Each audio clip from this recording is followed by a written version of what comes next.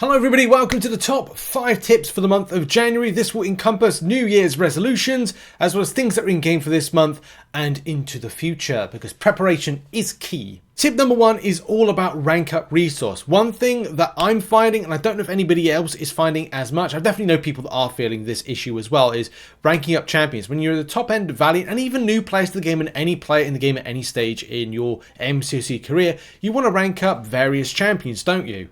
And with new and specific champions being added into game, like Deathless champions, and the need to have certain champions in different types of content because they're better theoretically, and creating a Battlegrounds attack and defense roster, you're very much limited on your rank up resource. And even after the banquet event, I'm sure a lot of people are going, oh man, where do I get all this resource in order to rank up these champions? Even though I begrudge to mention it, the Trader's Outpost is a solution. It's not the perfect solution, but it's a solution.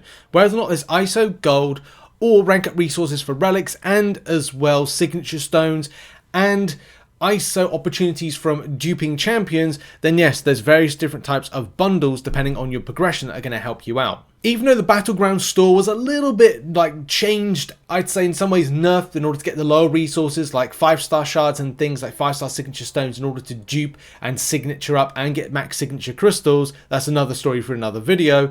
It is disappointing to see a lot of the lower resource go, but you can grab a load of rank up resource from the Battlegrounds Store.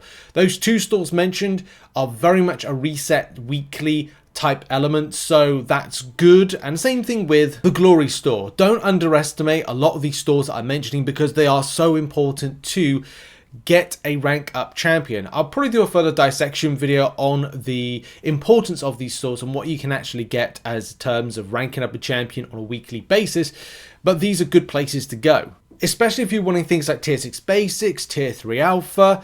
And yes, you could go and do content like event quest, but you have to push through to Paragon difficulty nowadays, and that's a bit of a slog and a bit boring.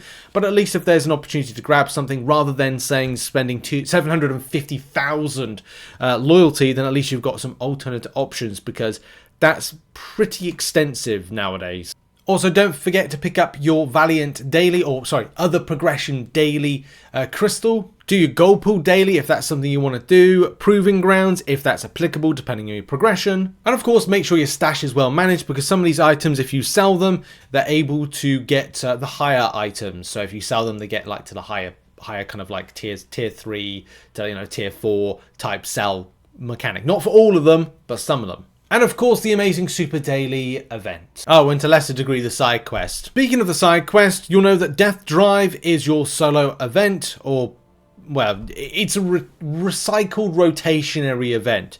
You go get your beads, which is released once a week. You can see here, whilst I'm recording this video, it's going to count down. You then go do your ritual. That'll give you a Deathless Sigil, and then you go and do the respective paths, get the rewards, and then it's done. It's a pretty simple rotationary type event. So why is it important to do? Well, it factors into the first tip, which was going and grabbing the Mysterium. I'm not a huge fan of this store, but whilst there is an opportunity to grab something like I'm grabbing right now to increase rank up opportunity, it is sort of important. But also pay attention to the nodes, because there will be specifics that you'll need to bring into in order to take it down. Also, based on the fact we have 16 milestones, this means that 4 get burned per week kimono beads wise, and a new vault will appear on a weekly basis, as well as a new ritual on a weekly basis. So this means it's unlikely that you'll be able to double dip into lower threats, like doing threat level 5 for 4 weeks and then going, okay, I got remainder of beads, I can do threat level 4. I don't think that is possible,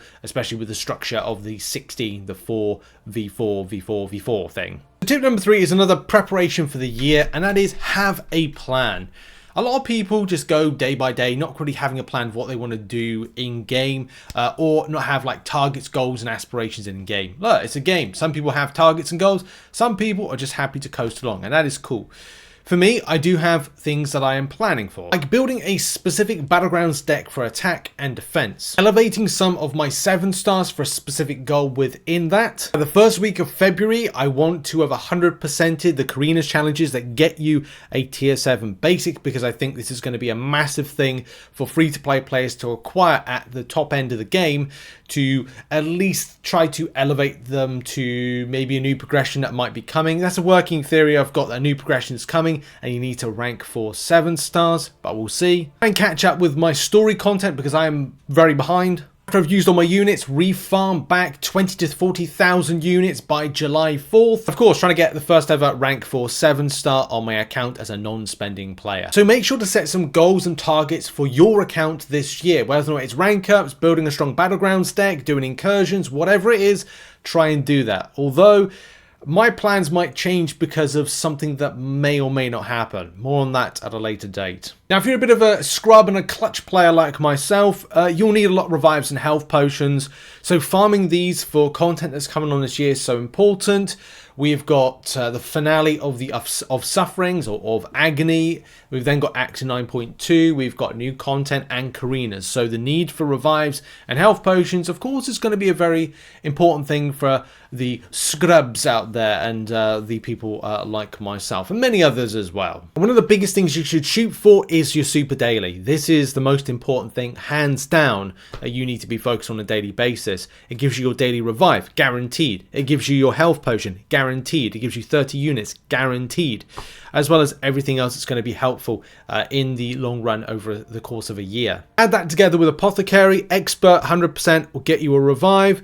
You can do this, it's always very iffy if this actually comes off, but first of all, going to see if there's any revive on this. I don't tend to do this unless I see a revive on it. It's very, very rare that I do, but if there is a revive either at the top or at the bottom, I'll go in and do it, but I check on a daily basis just in case. And of course, when doing the Apothecary, go and check on the bottom route that there's no revive on there. I have had it a few times where a revive has started off here, right at the bottom, and then I've gone and done it, and there's another revive being there 100% and a free level 1. So it's 2 level 2 revives and 1 level 1 revive. That's a very rare time when that happens, but if it does, make sure to do the bottom route first and then see what pops up after. Of course, repeat back the quest to see if there's any revives that pop on there, but it's a very rare time that happens. And over the course of a 2-week cycle, you can pick up a good amount of revives, 14 apothecaries, 14 super dailies, 28 total revives, and also there will be 56 4-hour crystals, each given a variety of different luck depending on what it is. You could hoard those crystals as well, especially if you're not doing any endgame content. And also, make sure to pick up your weekly web store Legends Crystal. I mention this every week on X and on the community tab because it is important. For players, you can pick up, now I didn't pick it up this time, but this also helps rank up items and materials, because you can also get energy refills and you can pick up revives from time to time. I hoard these when I'm not doing endgame. Oh, look at that. Speak of the devil, and it's right there. Level 2 team revive. Pick them up on a weekly basis. If you've overstocked on them, get some incursions ones. But look, this is what I'm talking about here. It's these little things over the course of the years. 52 you can pick up in a yearly basis, and it's extra stuff. Pick it up. This is why I recommend it. There's also the reunion crystal, but it's a bit difficult to go and grab as it doesn't always appear throughout the year. It's only very special times like promo codes from live streams and the Legends event. Also, there will be at times, it's not there at the moment, but revive and health bundle, potions, units, spend 250 units per time.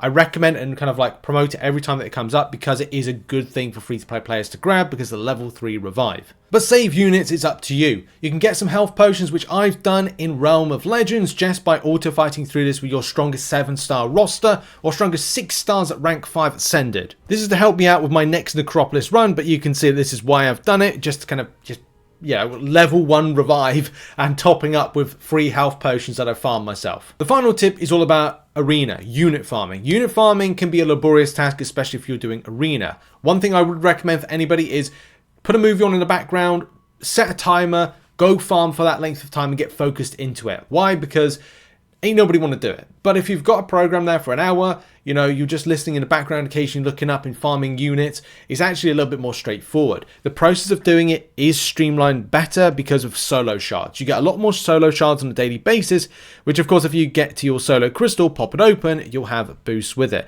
A good example would be, we're just going to pop open this right now, and there should be some boosts. There's some boosts. This means the process of farming is ramped up. 7 stars used in arena does mean you'll get to milestones quicker. The basic arena is a little bit more easier to grind. I'm going to do a full video on that one to kind of like give you a bit more of an impression of what I'm talking about later down the line. And it doesn't really need an expansive 7-star roster, or for Summoners Trials, an expansive 4-star roster. Anyway, two of my concerns this year about how Kabam are going to run events based on unit spend on deals and other things that they might have.